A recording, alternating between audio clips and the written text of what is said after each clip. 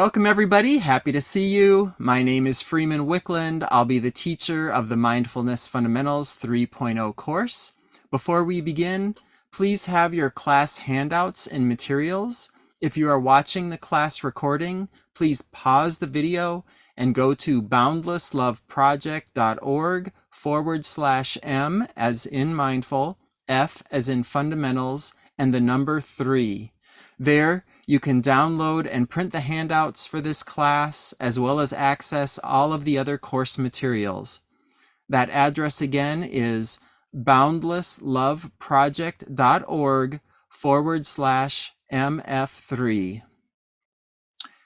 We start this class with a mindful pause to ground ourselves in the present moment and set some skillful and loving intentions for our time together.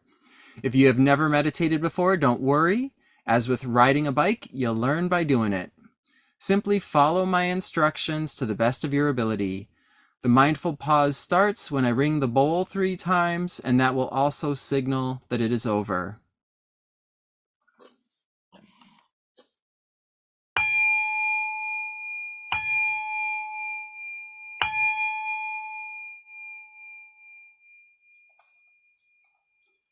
If you are able to, lovingly place one hand on your heart and another on the belly in a way that feels good.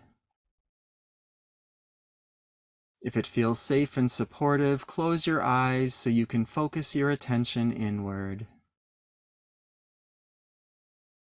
Kindly focus your attention on the gentle sensations of air entering and leaving the body.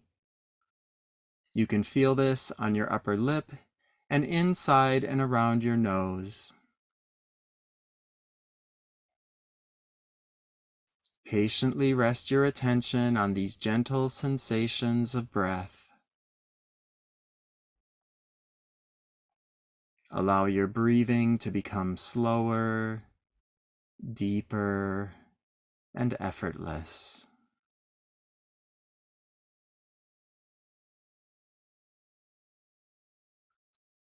Lovingly invite the body to relax, rest, and feel wonderful.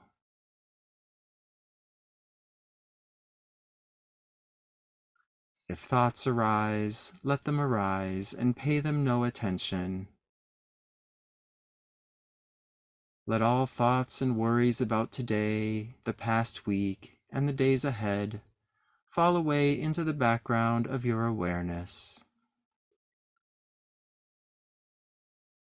For now, all you need to do is tenderly rest your attention on the soft and subtle sensations of air entering and leaving the body.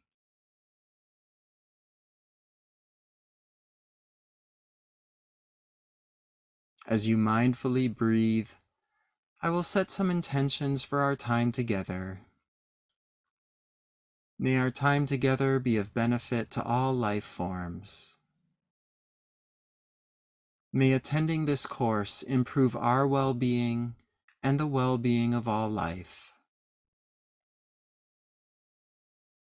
May attending this course rapidly enhance our inner growth and our mental and emotional well-being. May we learn practices and gain insights that help us come out of the darkness of suffering and into the light of love, peace, compassion, joy, freedom, and wisdom. Gently now, reflect on your motivations for taking this course. What do you hope to learn?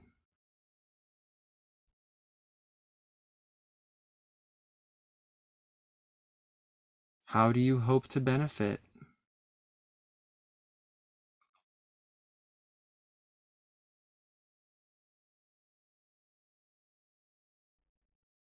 How might taking this course serve you?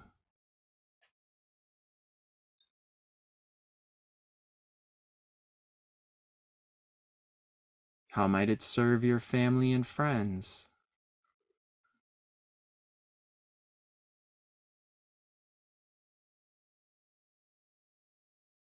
And how might it serve all beings and all life?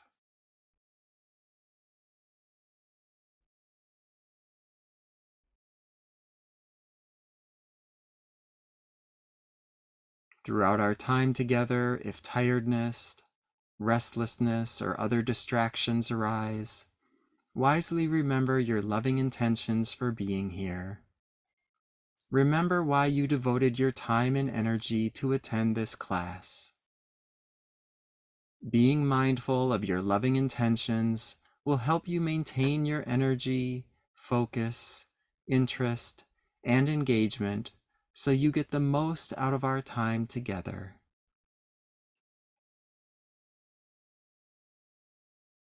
Continue to rest your attention on the breath as we do our native land acknowledgement. We are on lands that have been cared for by Indigenous people for generations. We offer our goodwill and thanks to all Indigenous people, past and present, and we stand in solidarity with you to protect and honor your inherent dignity, culture, treaties, and lands.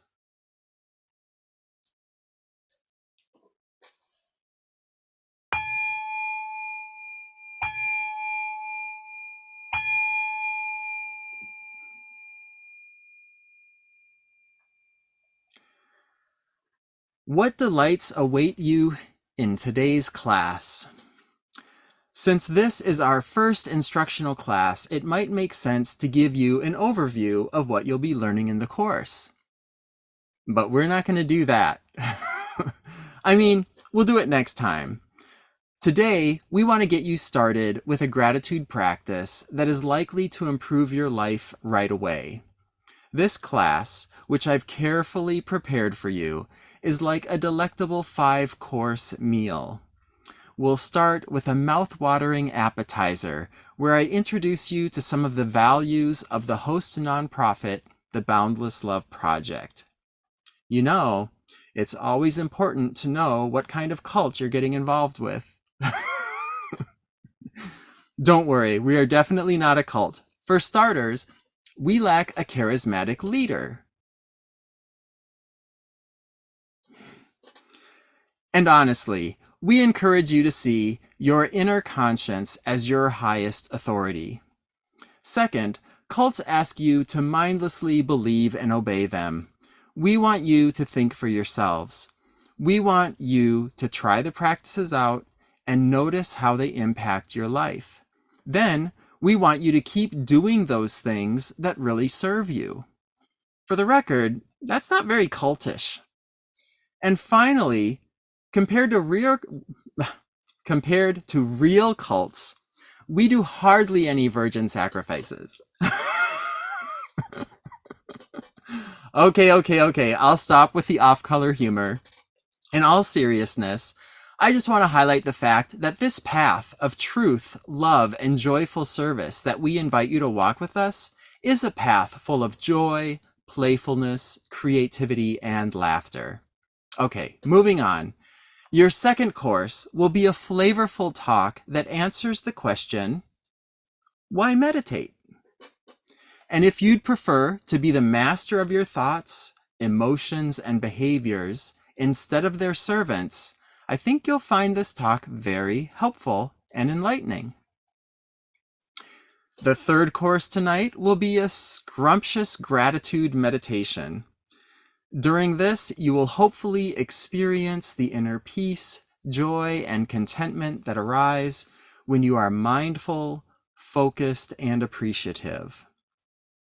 Our fourth course will be yet another talk, bursting with hints of inspiration, hope, and possibility, titled The Secret to Abundance, Resilience, and Joy is Gratitude.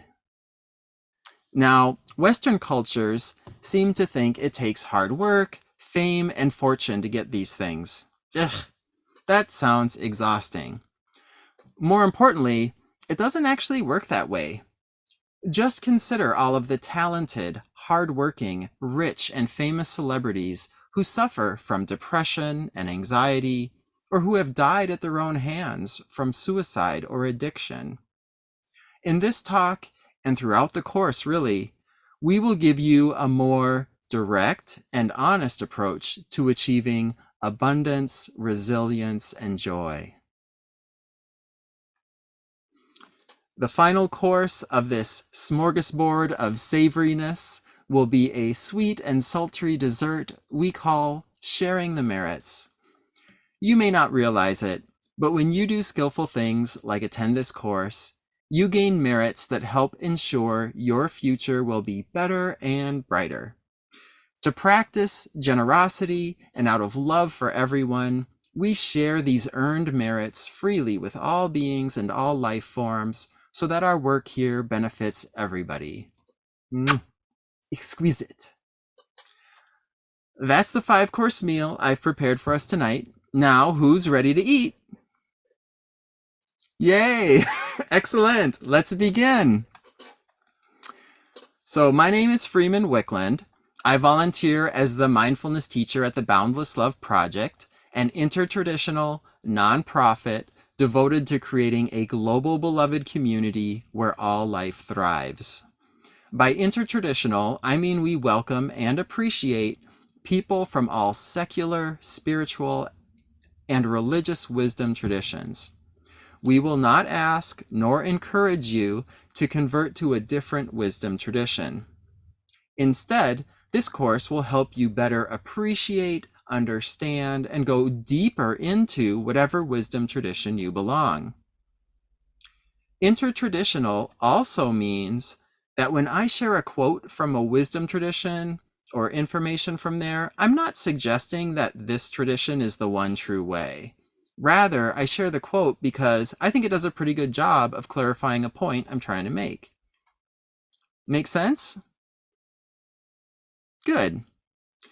We also strive to be a place where atheists, agnostics, and people of all faiths, political persuasions, races, economic classes, genders, sexual orientations, ages, abilities, and other differences can come together harmoniously in community to practice mindfulness and explore living the values of truth, love, and joyful service. To help make this work, if I ever use a word or phrase that doesn't work for you, please translate it into the language of your own wisdom tradition. For example, different wisdom teachers will mention different higher powers. If one speaks of God and you're an atheist or agnostic, translate that word into the higher power of your understanding. Maybe that's love, truth, life, wisdom, source, nature, or something else. And if you're religious and your higher power goes by a different name, then by all means, mentally substitute that name in its place. This mental translation we ask you to do helps us all get the most benefit out of our time together while maintaining all of our intellectual and spiritual freedoms and allowing us to come together as a diverse yet supportive community. Are you all on board with this? Wonderful.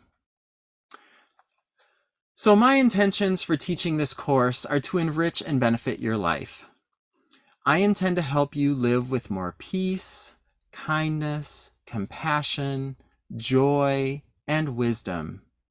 I intend to help you live a genuine, courageous, engaged, and successful life. Now, if I could give you these things, they'd be yours already. But if you want to be successful, you need to do the work. No one else can do the work for you.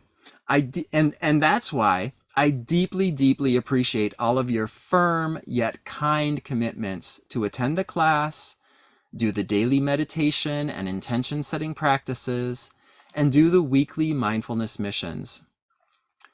In order for me to be successful with my intentions to benefit you, we need to work together as a team. I will do what I can, and you need to do what you can. Are we all in agreement with this? If so, give me a thumbs up. Yay! Excellent, wonderful, great. All right, so that's our appetizer. And now that it's out of the way, let's turn to our second course, which answers, why meditate? Some people consider meditation to be a useless waste of time. So before we start our meditation, I want to share a few reasons why meditation is worth our investment of time and effort. In Buddhism, the Buddha draws a distinction between worldly pleasures and unworldly pleasures. Worldly pleasures arise when we gratify our senses with alcohol, sex, food, and so on. In contrast, unworldly pleasures are not based on sense gratification. They arise due to how we relate to our sense experiences.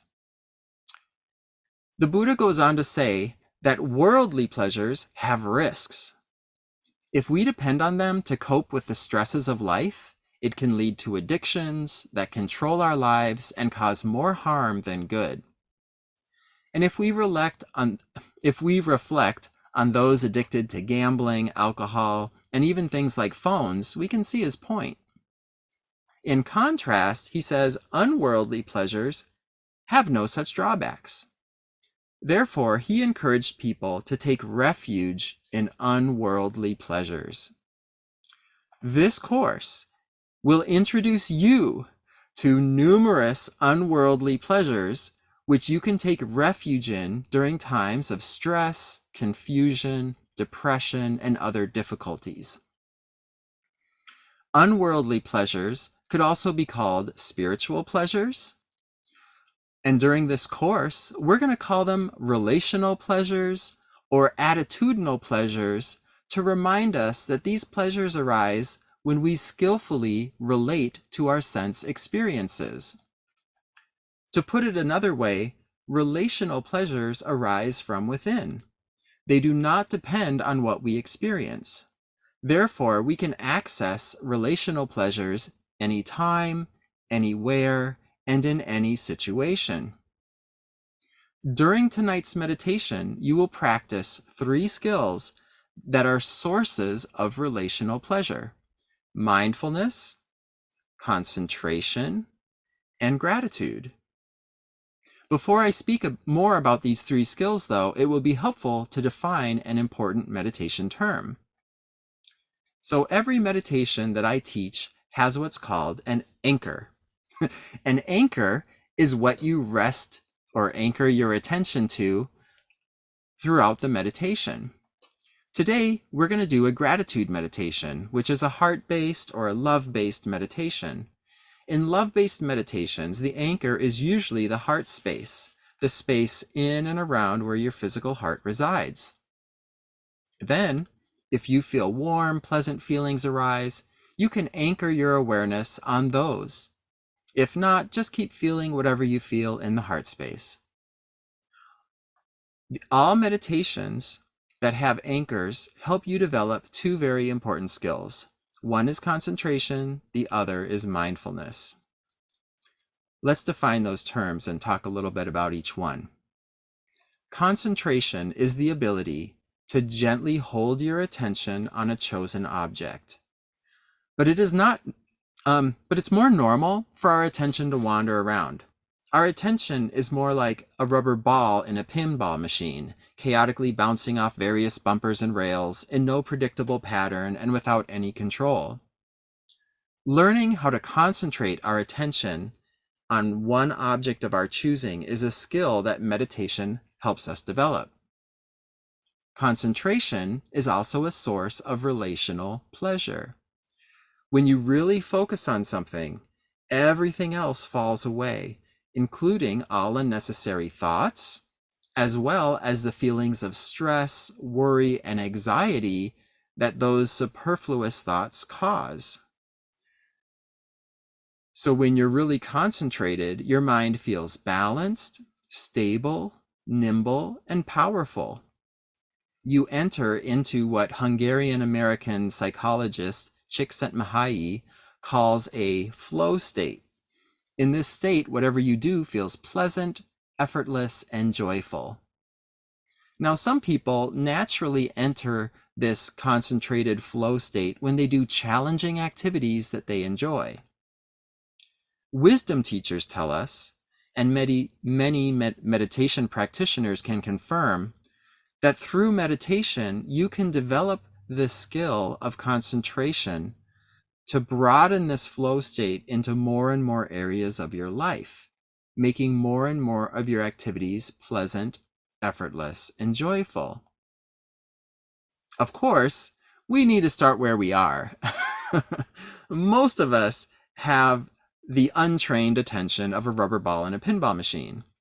So when we meditate, our attention will routinely get lost in thoughts. It happens to everyone, and it's really no big deal.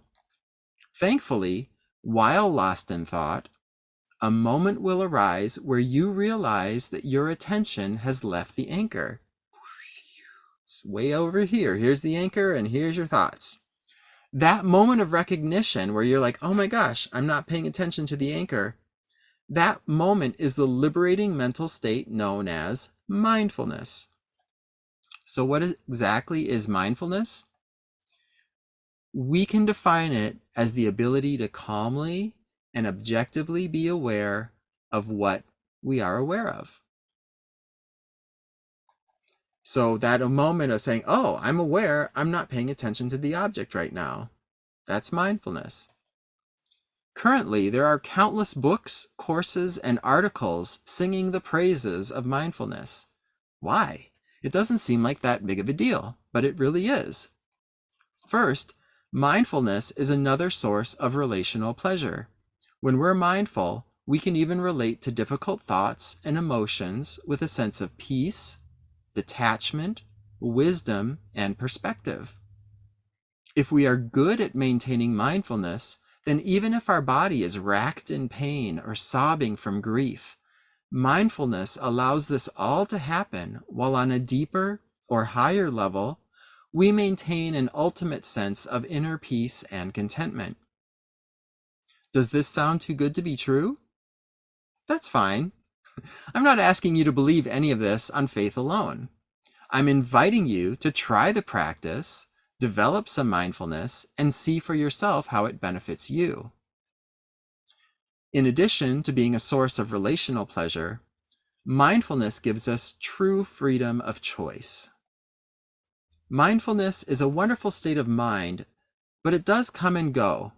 And for most people who don't meditate, they experience very, very little mindfulness.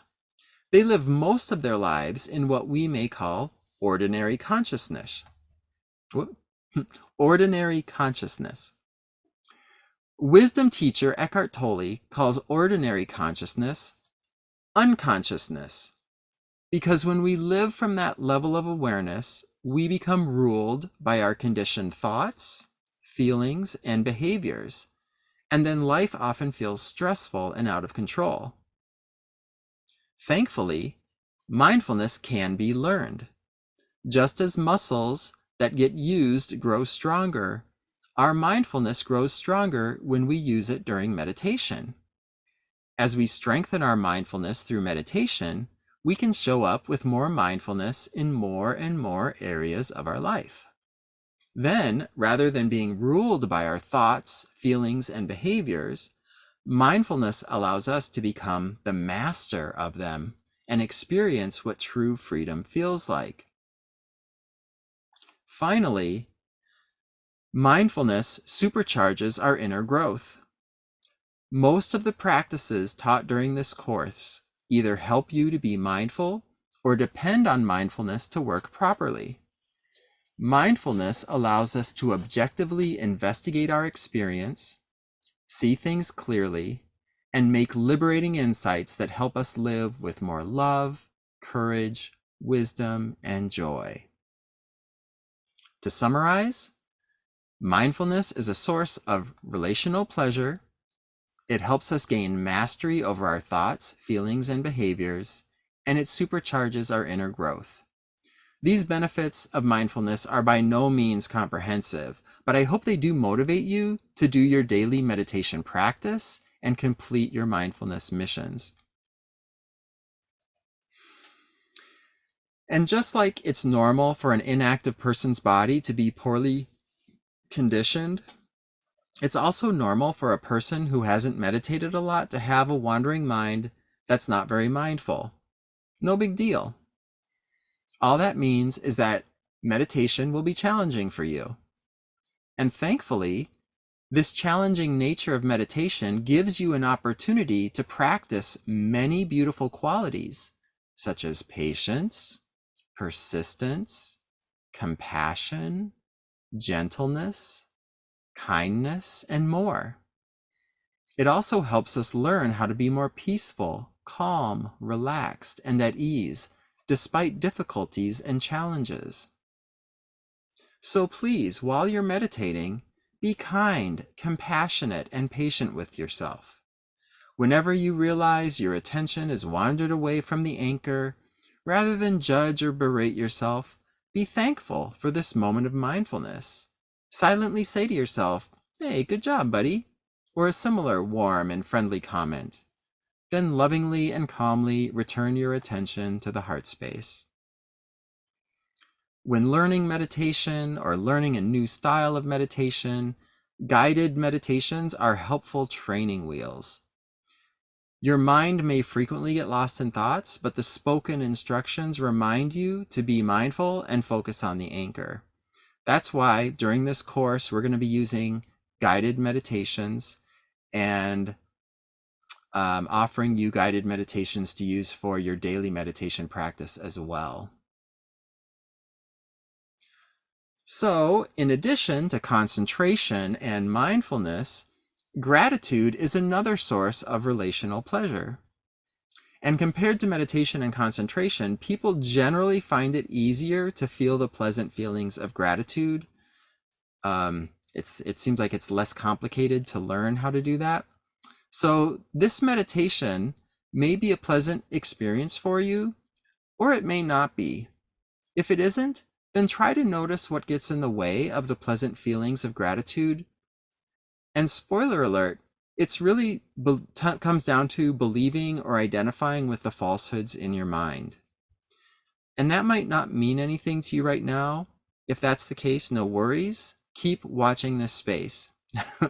Over the next 11 classes, we're going to fully explain and unpack what that all means and help you to experience it for yourself in your own life.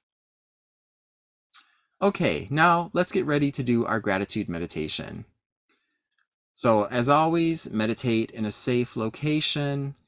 Grab either your flashback halting protocol or your 5-4-3-2-1 grounding exercise so you can review it right now and keep it handy.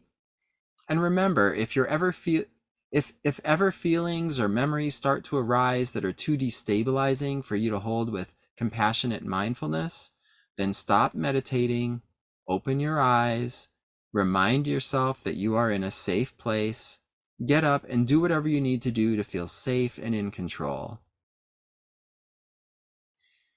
Okay, then get comfortable.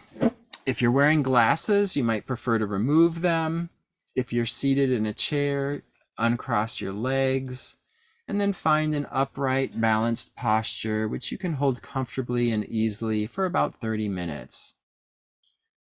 Some tricks to staying alert is that if you're seated and able, hold your back upright without using a backrest. You try to stack the spine so you can effortlessly hold up your back and head in a balanced and relaxed way. And if you do have chronic pain or other issues like that, then use whatever body position best meets your needs to stay comfortable. Use as many blankets, pillows, and cushions to support yourself as you need. And if people are struggling with this, in the preliminary course material, there was a video on different meditation postures, and I encourage you to watch that if you haven't yet and explore those on your own to see which ones work best for you.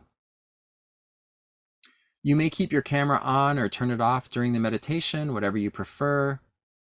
And then ideally, when you meditate, keep your eyes closed if that feels safe and okay for you to do. This will just help you keep your focus inward. But if you are at risk of falling asleep, then you may open your eyes and gaze in an unfocused manner at something pleasing. That could be a candle, a picture of the ocean or some other spot of nature. And then just look at that, but hold your head upright in a balanced posture. Okay, and with that, we are ready.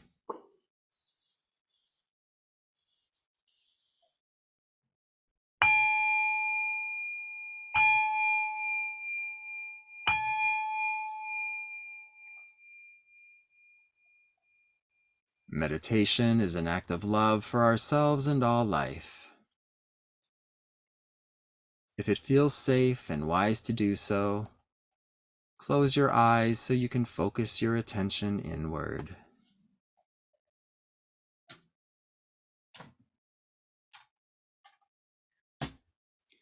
Kindly anchor your awareness on your heart space. Gently invite the heart to be warm, open, and receptive. Silently repeat these loving phrases while feeling the meaning behind the words. We do this practice for the benefit and welfare of all beings and all life everywhere.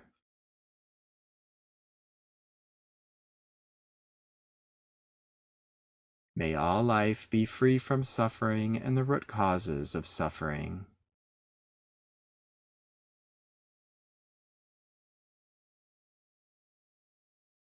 May all life greet change and difficulty with compassion and wisdom.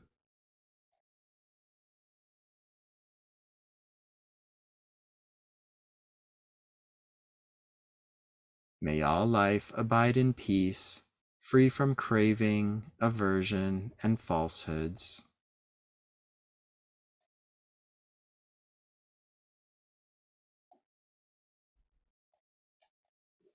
May all life be safe and protected. May all life be peaceful and happy.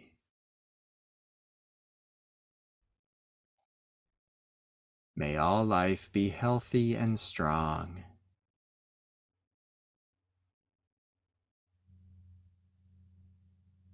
May we give all life the freedom to walk their own path.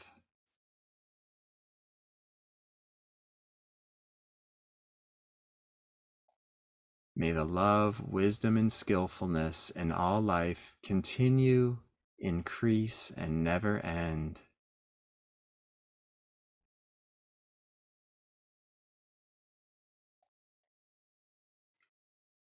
Please maintain a full sense of freedom during this meditation. Consider my instructions to be gentle invitations. Only follow those instructions that feel safe, seem helpful, and align with your own inner wisdom. If an instruction is not helpful or does not apply to you, then compassionately ignore it. Slowly and effortlessly, breathe deep into the belly for about 5 seconds. Then slowly release the breath for about 5 seconds. Gently continue to do these slow, relaxed belly breaths. Slow belly breathing tells the nervous system that all is safe, and this allows the body and mind to settle, relax, and be calm. As you easefully breathe in, gently feel the energy and life in the body.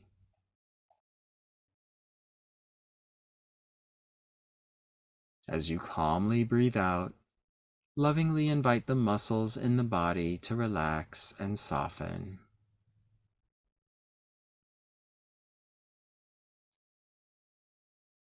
Allow the whole body to be calm, relaxed, and soft.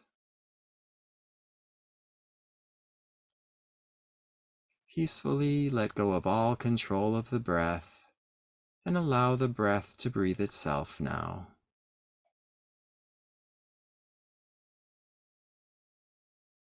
Gently scan your awareness through the body and notice any areas that are stressed or tight. Kindly invite those areas to relax and soften.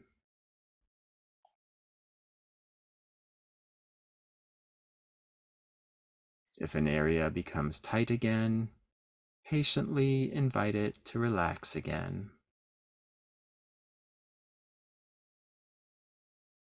At any point during this meditation, if you notice stress or tightness in the body, kindly invite that area to relax and soften. Do this as many times as it takes for the body to feel as relaxed, peaceful, and calm as possible.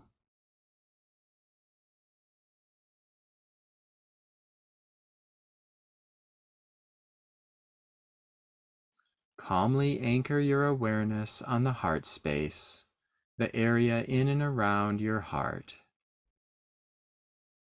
Feel all of the subtle sensations you feel in the heart space. There may be warmth, pulsing, tingling, flowing energy, pressure, as well as the emptiness that holds all of the sensations. Patiently notice the emptiness and whatever sensations arise in it. The heart area, or any pleasant feelings that arise, will be the anchor of your awareness for the duration of this meditation.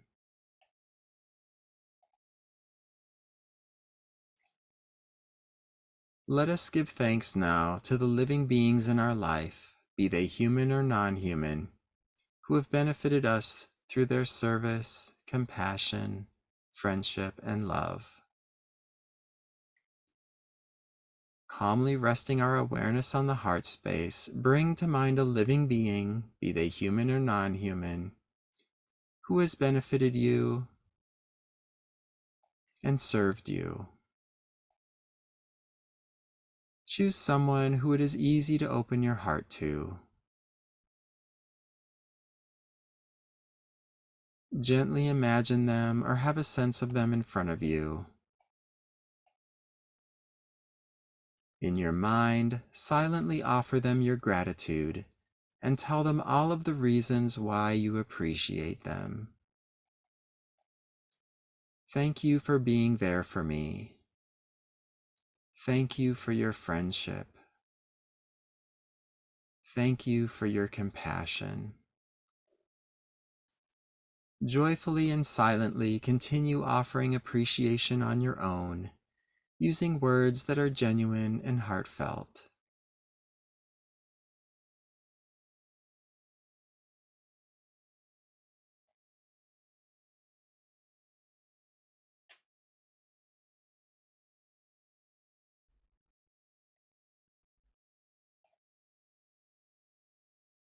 Offer your appreciation slowly, patiently, and effortlessly. Feel, savor, and enjoy any pleasant feelings that arise as you give thanks.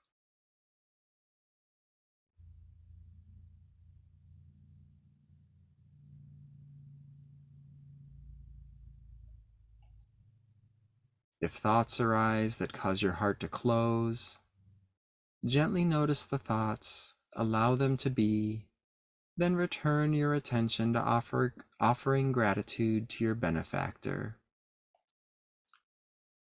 For this practice, we only want to focus on what is good, beautiful, helpful, supportive, and inspiring.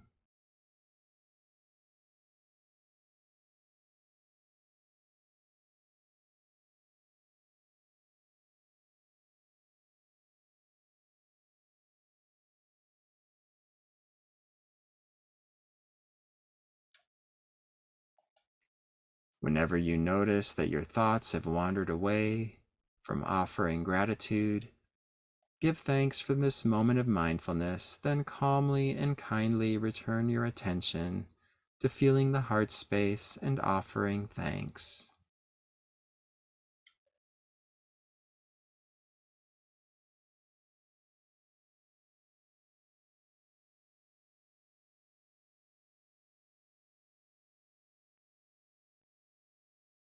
If pleasant feelings are present, kindly invite them to move and spread throughout the body and even into the space surrounding the body. Let these relational pleasures be the anchor of your awareness as you continue to give thanks. If you don't feel any pleasant feelings, continue to patiently rest your awareness on the emptiness and sensations of the heart space.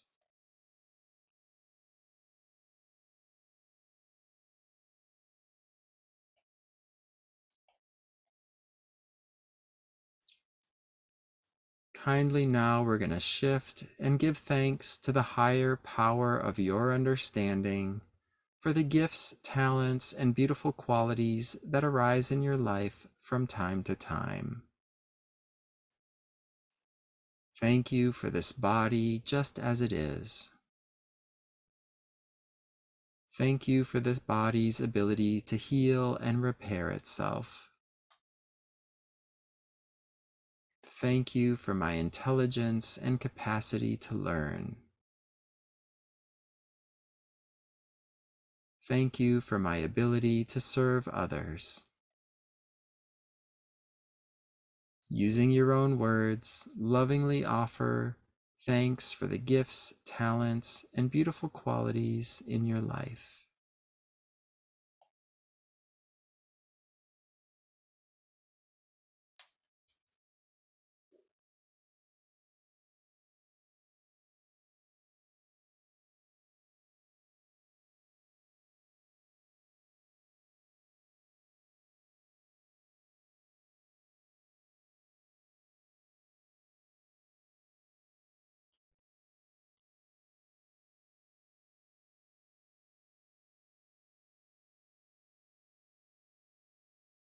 If thoughts arise that try to block you from offering gratitude to yourself, compassionately notice them and gently allow them to be, and then return your attention to offering gratitude for yourself. Choose to stay focused on what is good, beautiful, helpful, supportive, and inspiring about yourself.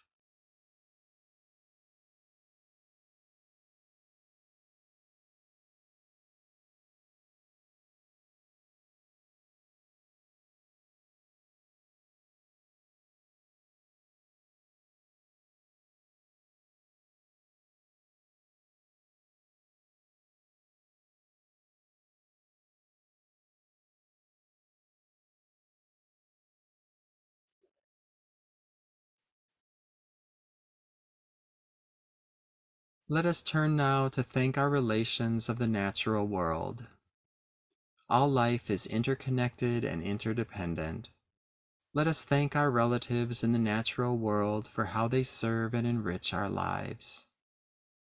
If you are religious, know that when you thank creation, you also thank the Creator who made them.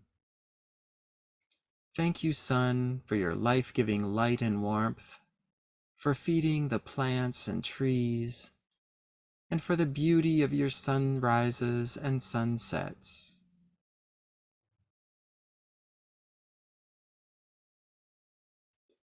Thank you, trees, for the life-giving oxygen we breathe and for the shade, shelter, fruits, nuts, and beauty you provide. Thank you, winds, for helping to clean and purify the air and for the refreshing breezes on a hot day. Thank you, lakes, rivers, and rain, for quenching our thirst with your life-giving waters, which help us and all life be healthy and strong.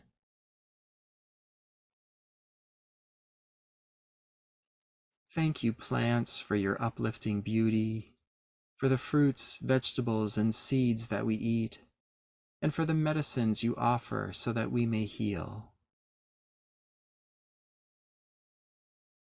Using your own words now, kindly offer thanks to birds and share with them how they have enriched and benefited your life.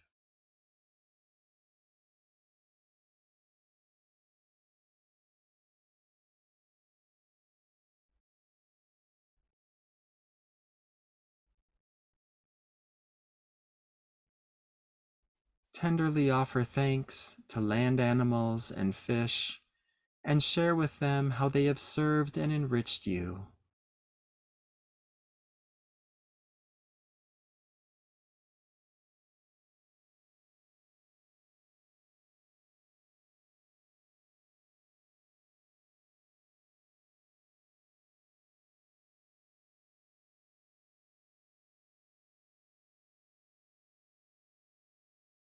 Offer your thanks to the land.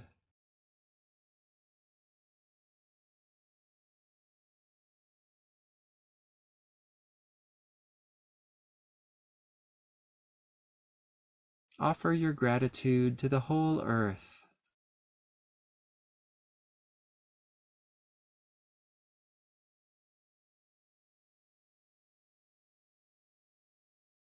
Gently notice, does appreciating the natural world help you feel more abundance in your life? Does it help you feel more supported, connected, and part of a larger community?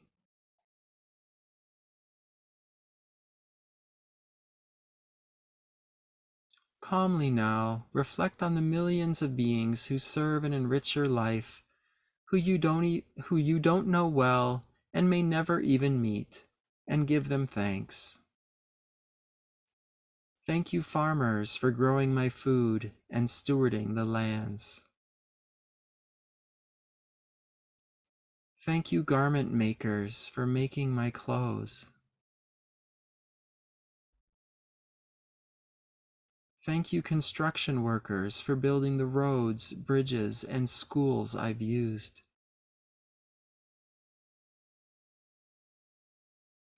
Thank you to the billions of healthy bacteria in and on the body that help regulate my immune system, digest my food, and produce nutrients to nourish my body.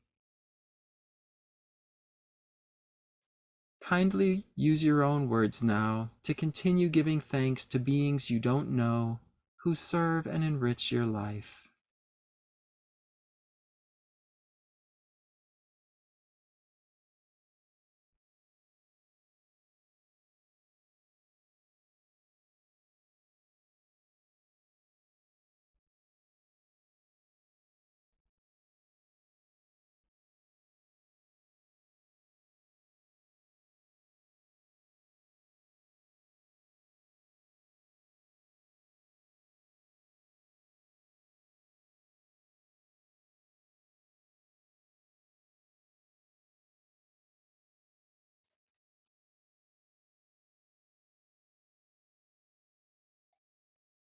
In our life, as individuals and communities, we encounter problems like discrimination, natural disasters, war, and climate change.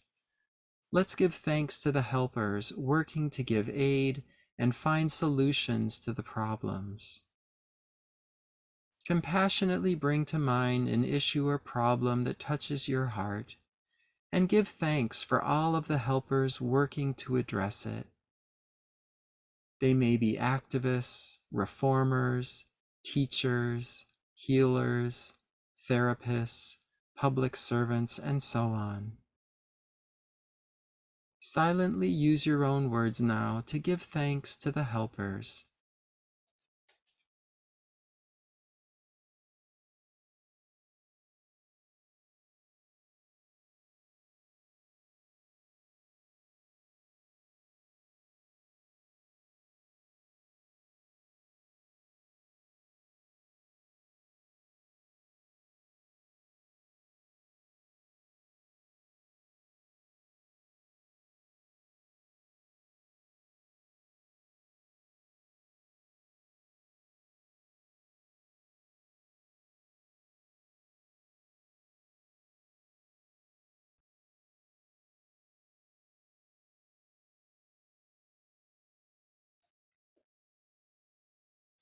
Joyfully continue offering thanks for anything else you are thankful for that you have not yet mentioned.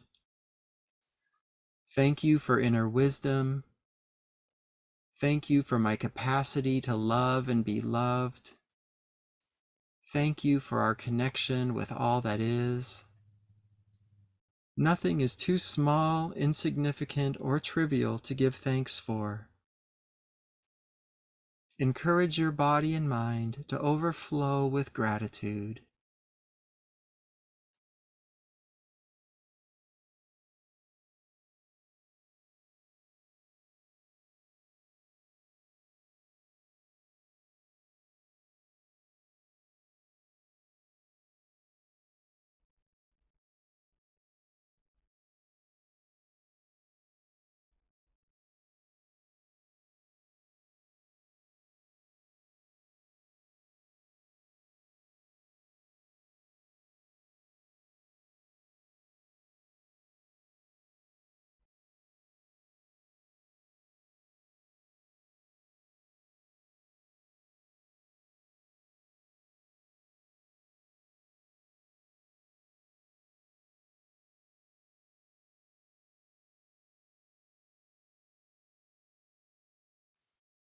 Before this meditation ends, kindly and firmly set this intention to bring this meditation into your daily life. Out of love for myself, I choose an attitude of gratitude.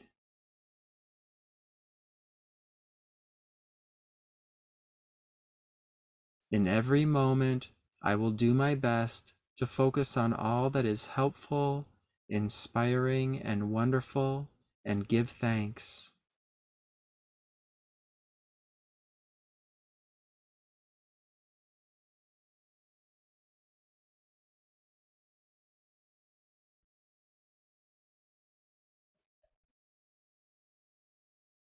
Lovingly doing this meditation has gained us many benefits. Out of generosity and love, we energetically share these benefits with all beings. If you feel any pleasant feelings in the heart space, invite them to radiate out from your heart in all directions. You can radiate this energy as white, golden, or another colored light, or simply as a felt sense of energy or pleasant vibration. Invite your love to cover the entire earth and benefit all beings and all life forms on this planet. Otherwise, continue to feel your heart space and kindly repeat these wishes of love silently to all life, while trying to feel the meaning behind the words. We share any merits gained from this practice with all beings and all life everywhere.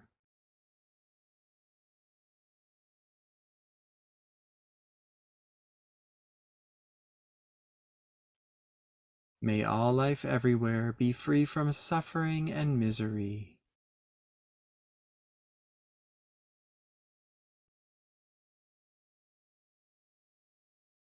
May all life everywhere abide in a deep and lasting peace.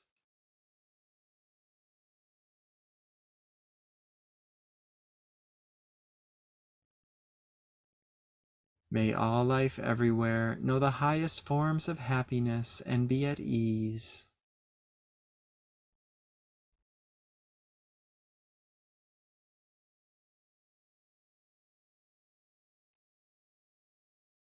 May all life everywhere know their deepest essence to be joy, peace, compassion, and unconditional, boundless love.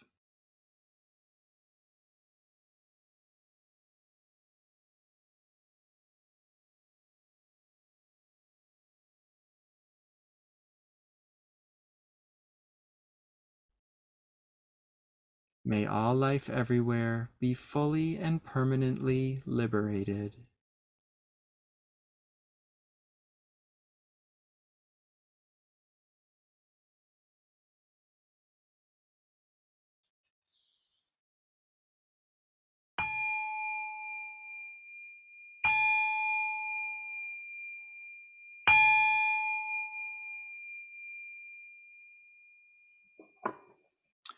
While you're sitting, gently rouse the body by wiggling fingers and toes, stretching the arms and legs. And it's really important that you rouse the body because while you're meditating, your blood pressure lowers. And if you stand up too quickly afterwards, you might faint. And we don't want that to happen. I learned that the hard way. So please don't learn it on your own. Just wiggle, wiggle. And you can do some gentle like spinal twists. And then we take a nice short standing break before we move on. So feel free to stand up and move your body in whatever way feels good. You can do neck rolls, little twists, little shaking or jumping. Great.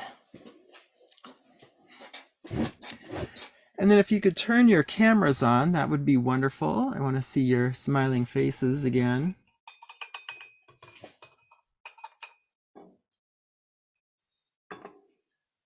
And by show of hands, how many of you felt pleasant sensations while you were meditating?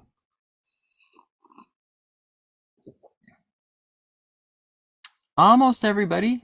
Okay.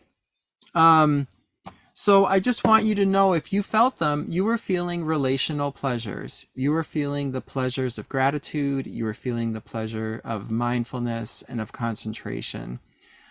Probably less of the other two, but at least the first one. And throughout this course, we're going to be really emphasizing trying to distinguish between what pleasure is relational and what is a worldly pleasure.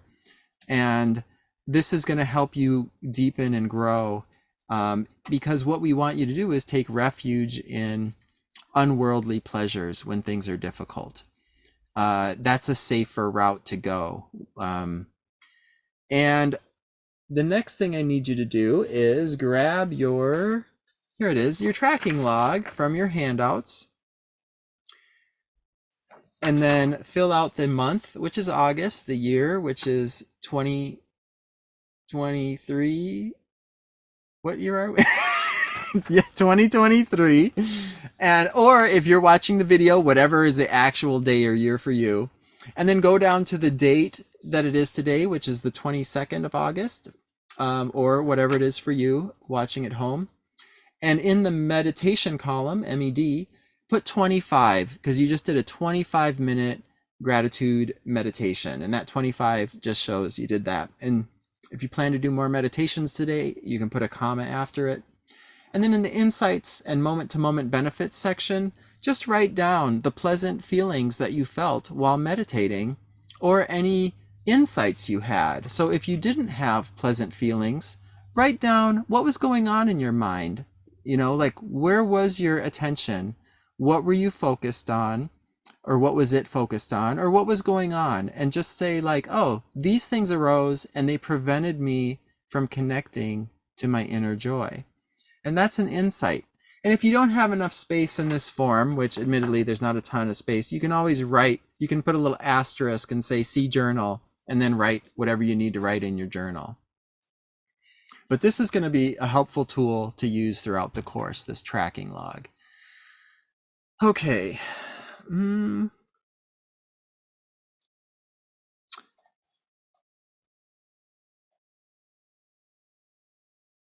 All right, and now we're going to move on to the talk for tonight.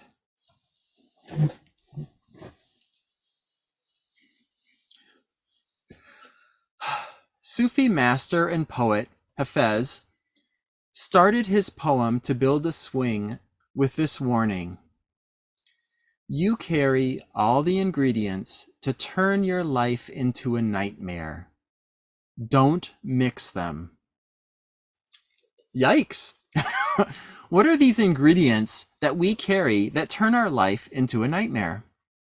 Throughout this course, we will introduce you to these nightmare ingredients.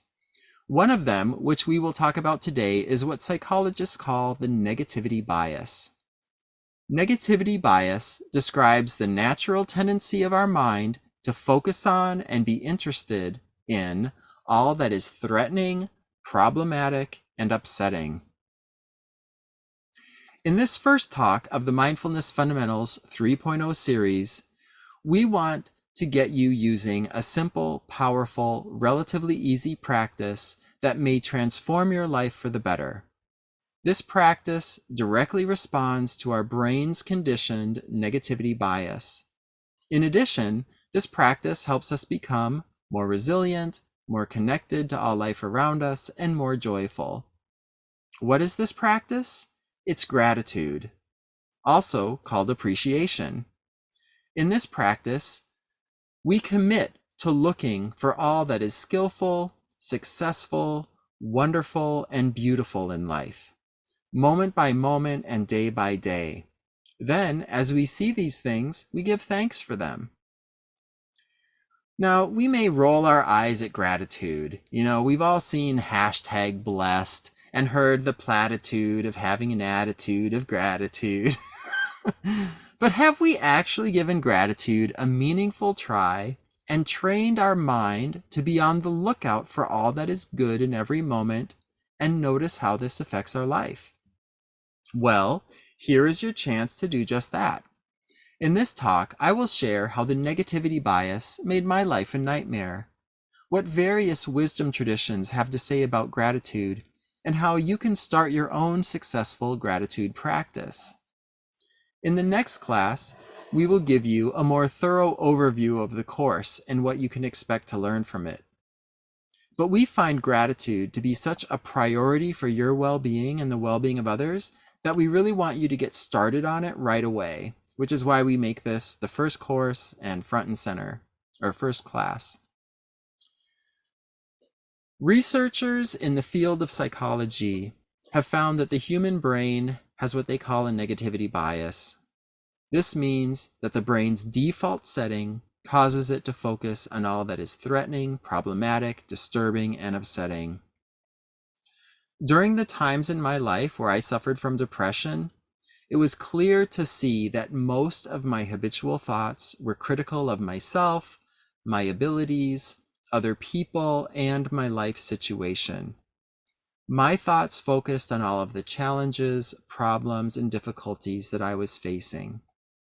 Focusing on these negatives day in and day out made confusion, hopelessness, sadness, fear, and overwhelm my constant companions.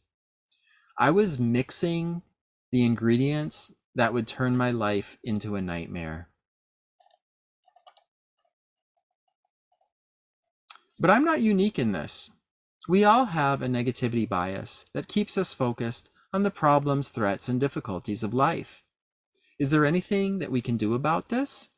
Or are we doomed to live with constant fear, worry, and anxiety for our whole lives? What do the various wisdom traditions have to offer us in countering this negativity bias? Let's spend some time looking at this now.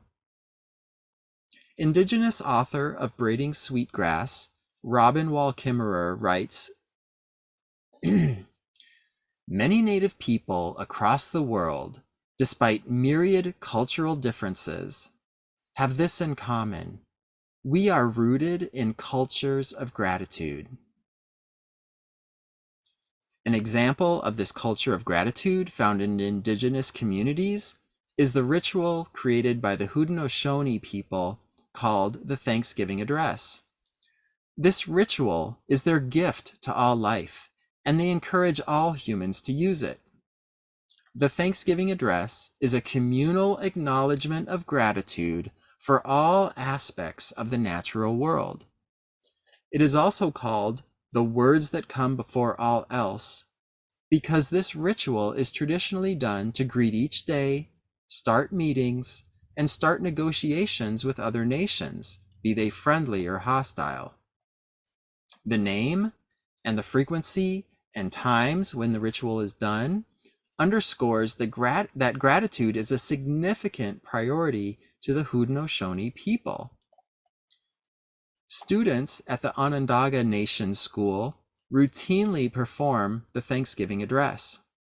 Employee Frida Jacques says, "It reminds you every day that you have enough, more than enough.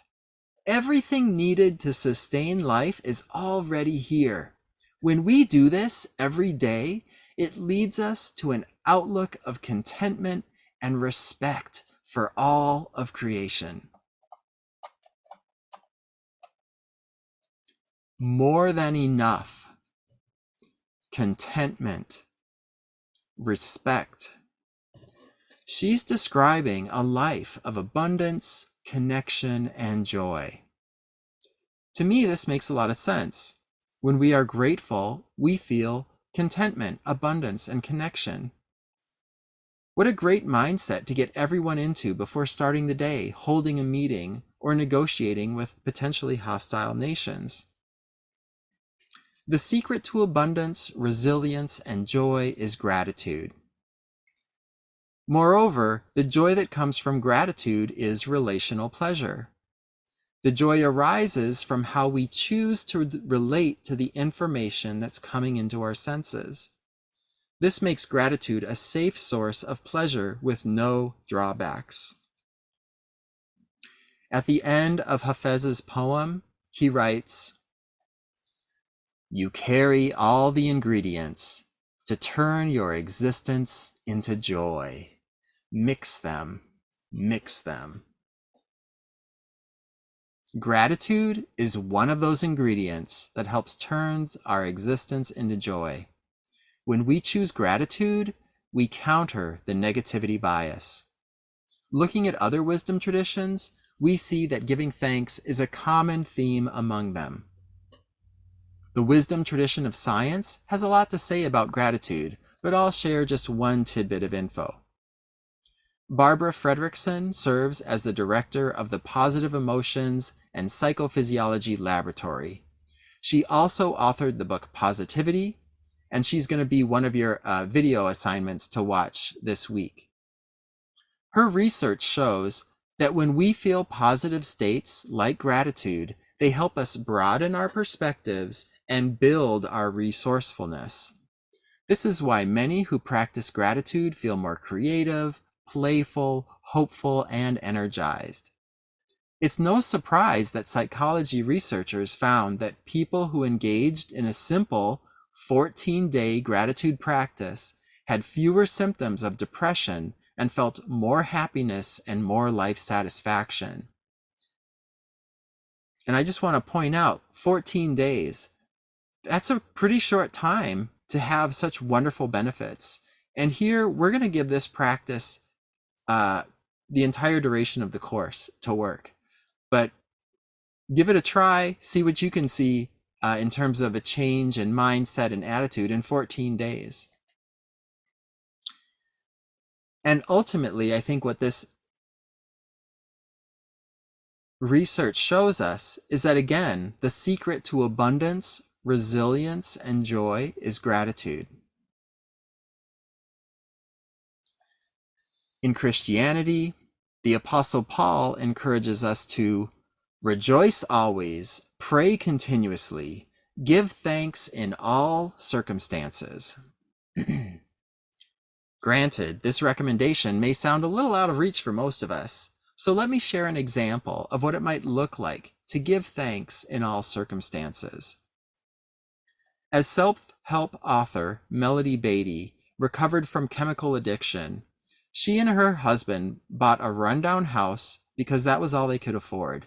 It had broken windows, walls with holes in them to the outside, garish orange carpets with huge stains, and a dirt yard with no grass.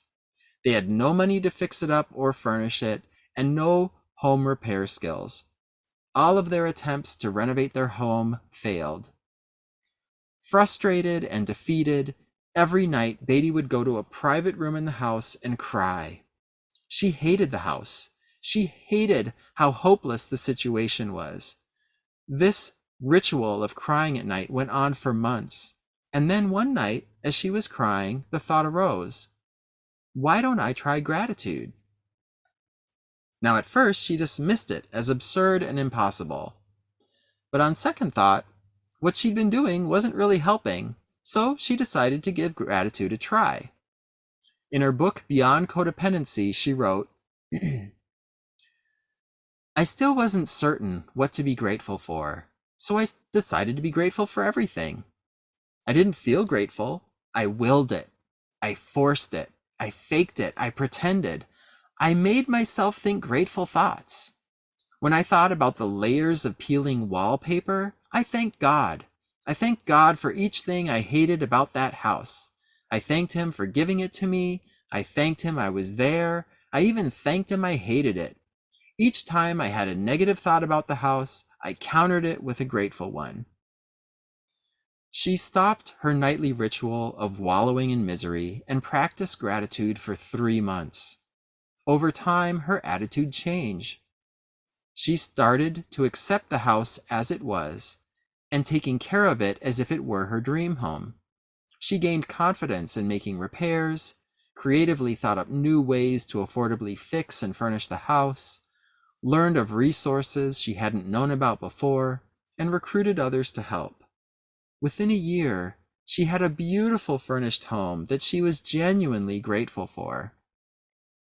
Isn't that amazing?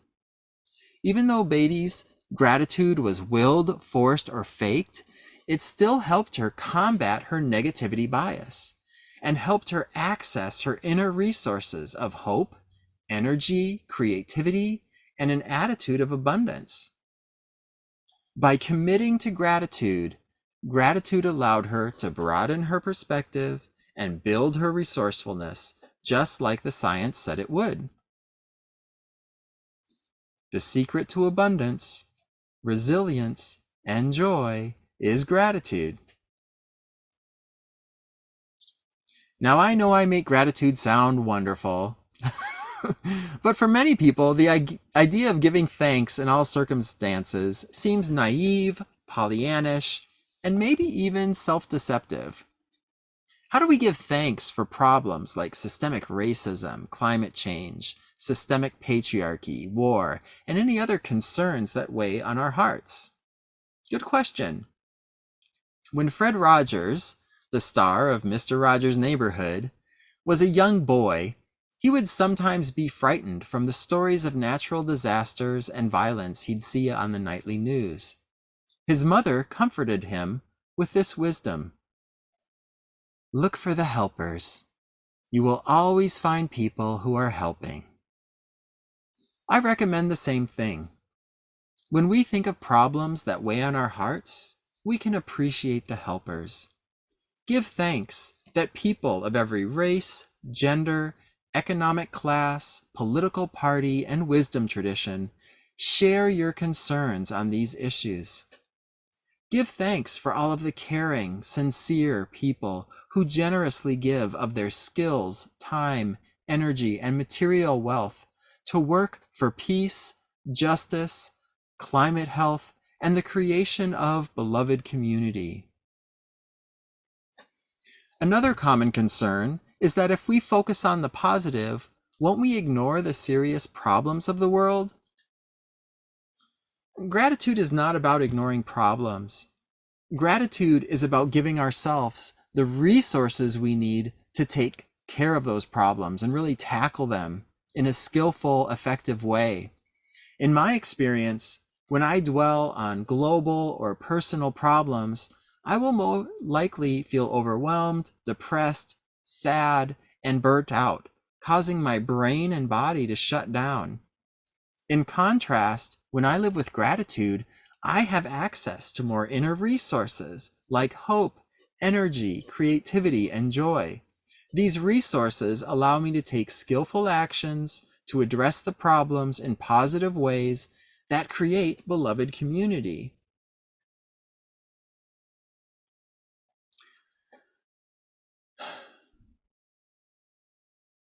According to the wisdom traditions, gratitude is a safe, relational pleasure that has no drawbacks. Gratitude helps us appreciate our abundance, feel connected, content, and joyful, be more creative, hopeful, resourceful, and resilient. In other words, the secret to abundance, resilience, and joy is gratitude. This is all great, but how might gratitude benefit you? The only way to find out is to test it. Choose to live with an attitude of gratitude for the length of this course, and then see how it affects you. Choose to see what's good in life and give thanks for it. Give thanks when it makes sense, and even when it doesn't make sense, like Melody Beatty did. Give thanks when it's convenient, and even when it's inconvenient. Then, as you live with gratitude, pay attention to how gratitude affects your life. Does gratitude help you experience more joy and contentment, access creative thinking, recognize your abundance, see more possibilities, be more resilient and resourceful, feel more connected, relate with more kindness and generosity to those in your life? In short, does gratitude improve your well-being and at the same time improve the well-being of others? Test it and find out. So you might be wondering, how do I test it? How do I live with an attitude of gratitude? Good question. As you go through your day, be on the lookout for all that is supportive, wonderful, beautiful, kind, and good. As you notice these things, give thanks for them in a quality manner so that you can feel the relational pleasure that gratitude offers. You'll know you're living with an attitude of gratitude when you effortlessly give thanks hundreds of times a day. This level of appreciation means you have successfully trained your mind to consistently look for what you appreciate, and now it is habitual. But this level of gratitude giving is the end goal, okay? To get there, first we need commitment, effort, and practice. So we encourage you to practice gratitude for the duration of the course. That's enough time for you to really learn it, understand it, do it well, and have it become a new habit in your life. This class's mindfulness mission aims to help you establish a gratitude practice. Between now and the next class, you will do a 5-minute gratitude meditation and a 5-minute intention setting practice every day. A short journaling activity will help you think through when and where you will meditate every day. A tracking log will help keep you accountable. Slogan cards will serve as visual reminders to practice gratitude, and additional handouts and a 3-minute video will inform and inspire you. You can access all of these resources at our Mindfulness Fundamentals 3.0 page at boundlessloveproject.org/MF3. This mindfulness mission will help you implement these tips to starting a gratitude practice. And these are the tips. First, aim to always be on the lookout for what's good. Throughout the day, ask the question of yourself, what can I appreciate right now?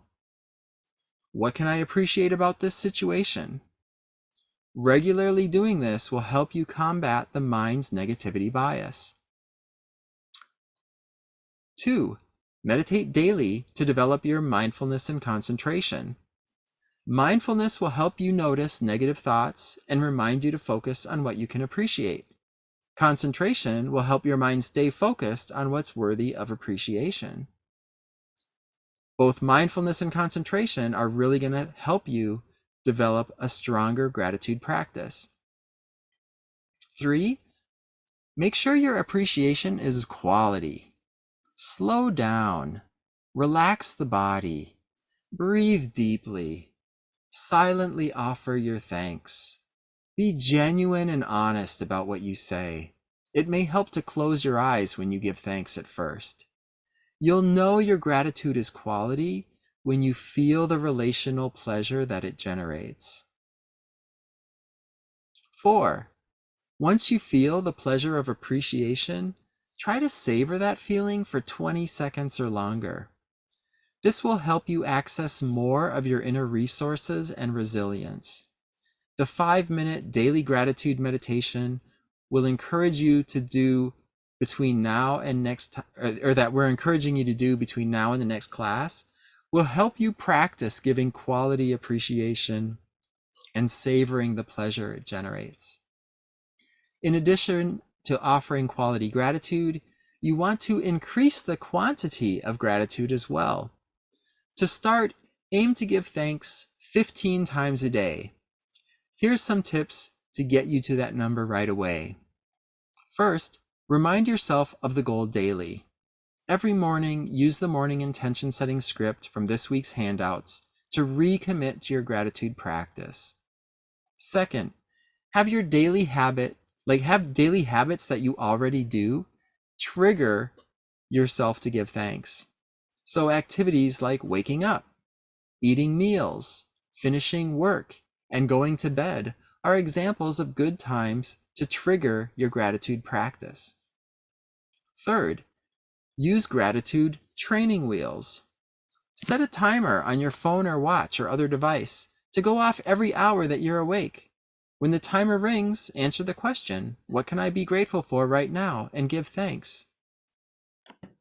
This will get you to 15 on day one. Fourth, be accountable to this goal. Track how many times you give thanks each day and record it in your tracking log. To track your gratitude, you can keep a tiny slip of paper in your pocket, and just every time you give thanks, you pull it out and you give it a little hashtag. And then at the end of the day, you count them up and stick them on your tracking log. Or you can develop whatever system works for you. There's high-tech things, people with gizmos and gadgets and stuff. And if you have access to that and that works for you, do that. At the very least, try to give an estimate. It's like, well, every hour it went off, I was awake for 16 hours. That's 16. I gave thanks first thing in the morning. I gave thanks 17 times a day. Just do your best, okay? But this will help. And then, as you get your numbers up, mindfully pay attention to how your gratitude practice is affecting your mood, your abilities, and your relationships. You may be both pleased and surprised by what you discover. Imagine, what if every human being committed themselves to seeing what is good, skillful, valuable, beautiful, and worthy in themselves, in each other, and in the rest of the natural world? How might that transform and revolutionize our society and world? Might we see fewer cases of depression and anxiety? Might this help us treat each other and all life with more kindness, compassion, and care? Might we have more courage, creativity, and resourcefulness to effectively come together to tackle climate change, racism, patriarchy, and other systemic problems that threaten our well-being? If every human being practiced gratitude on their own and in community, might we be able to create a world with more peace, justice, and beloved community? To sum things up, research tells us our minds have a negativity bias. The human mind tends to look for and focus on what's dangerous, threatening, and problematic. This has caused many of us to live with anxiety, depression, and hopelessness. Wisdom teachers tell us to challenge our negativity bias by choosing to constantly look for what we can appreciate and give thanks for all the goodness that we see. They tell us that the secret to abundance, resilience, and joy is gratitude. Gratitude is free, it takes little time, it's simple to do, it can be done anywhere, and it has no drawbacks. All it takes is a willingness and commitment to do it and some effort to persist in practicing it. So I ask you, are you willing to give gratitude a try? You carry all the ingredients to turn your existence into joy. Mix them. Mix them. Let's take a mindful pause.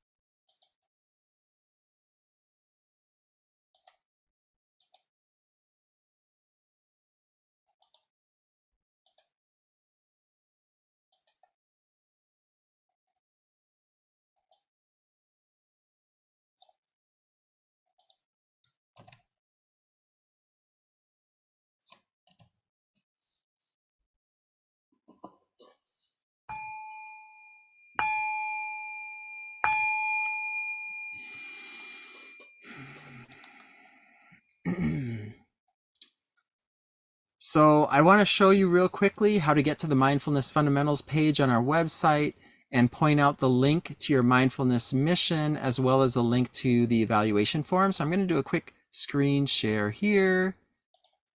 Oh, and it's open to email. Okay. So this is our website, boundlessloveproject.org. And all you need to do is go up to the trainings button up top in the menu bar, go down to Mindfulness Fundamentals 3.0 and click on it. And boom, you're there. Woo! Super easy, right? And then you just scroll down, and at the end of each class, it'd be great if you could click on this class evaluation form and just share how it went. This is class 3.1, MF 3.1. So it'll ask you like what class you're giving feedback on, and you can put that into that column. And then for your mindfulness mission, it's right down here. You go down to class 1, class mindfulness mission. This recording will appear below this and above this. But if you click on it, you'll take you to the page, and here it is, class 1 mindfulness mission. Do the activities in the order provided. Day 1, day 2, day 3, day 4, day 5, and that's it. So I just want to let you know that's how you access it. Super easy. So check that out. We're going to close that share.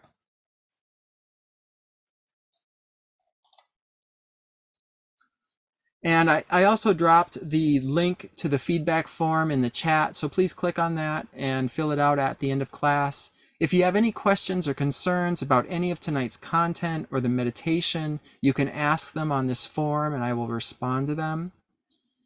I will also stick around after class in case any of you have questions that need addressing right away and you want me to do that, or you want to just do it in person, that's fine. And be sure to come to our next class, The Roadmap to Love and Wisdom. During the talk, we're going to give you an overview of the course, the practices you will learn, and how they will help you refine your love, sharpen your wisdom, and lead you out of suffering and into a life of joy. The main meditation we're going to do next class will introduce you to the 4 kinds of love and the phrases you can use to help you access the relational pleasures of each one of these 4 kinds of love. This will be a powerful, there's going to be a lot of powerful information in this course I don't want you to miss. So I hope you can make it. Until then, do your mindfulness mission with firm determination and be well. I love you and wish you peace, love, wisdom, joy, and success. Let's close with a mindful pause.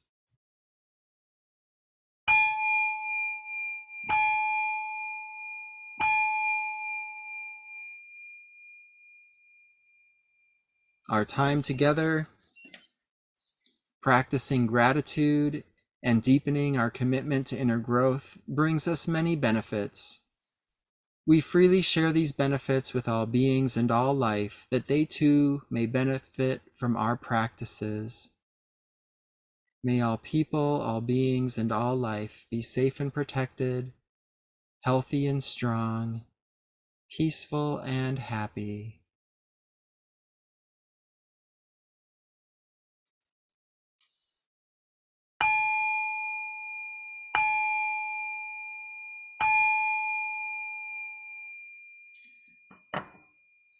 That's it, everybody. Thank you so much for coming out tonight. Wonderful to see you all. Thanks, Freeman. If you have any questions, just shoot me an email or stick around. Does anybody have questions and plans to stick around? Just raise your hand.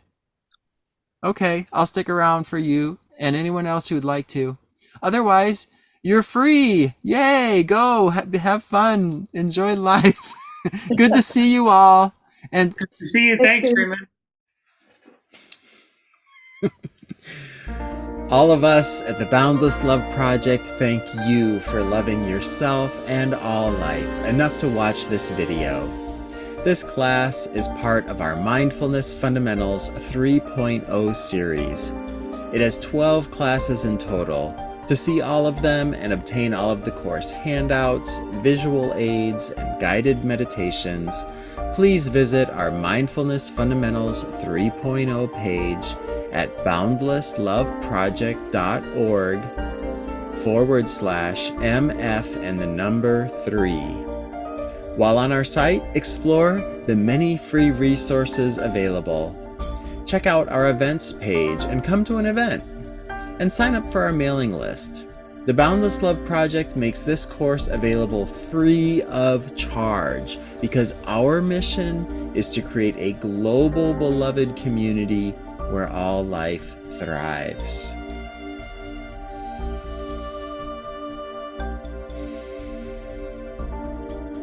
May all life everywhere be peaceful and happy, safe and protected, and free from all suffering and the root causes of suffering. Thank you, friends. Be well, and I hope to see you next time.